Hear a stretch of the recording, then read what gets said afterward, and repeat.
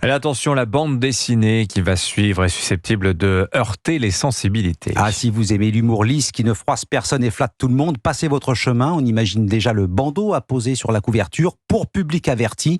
C'est pour cette raison d'ailleurs que l'on va se précipiter chez notre libraire. La vie et l'œuvre de Charles Bukowski, écrivain, poète et alcoolique, résumé en 160 pages. De liqueur et d'encre retrace le parcours d'un homme aussi sulfureux que talentueux. Sébastien Bordenave.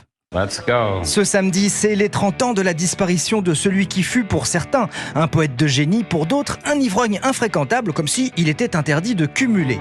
Si vous ouvrez la BD Bukowski de liqueur et d'encre, l'avertissement de l'éditeur est en première page. Certaines scènes s'apparentent à de la misogynie, à de l'homophobie. Il convient de remettre cet ouvrage dans le contexte, tu m'étonnes. Bukowski, c'est Conte de la vie ordinaire, Journal d'un vieux dégueulasse, entre autres.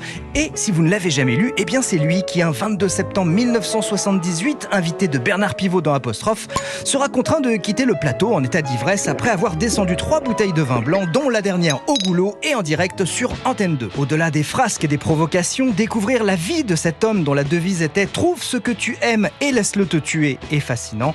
La façon dont il va gérer ses succès d'écrivain et brûler sa vie, tout cela est parfaitement raconté dans cet ouvrage sobrement intitulé Bukowski. C'est d'ailleurs la seule sobriété de cette BD. Sébastien Bordenave, monsieur bande dessinée à Europe 1.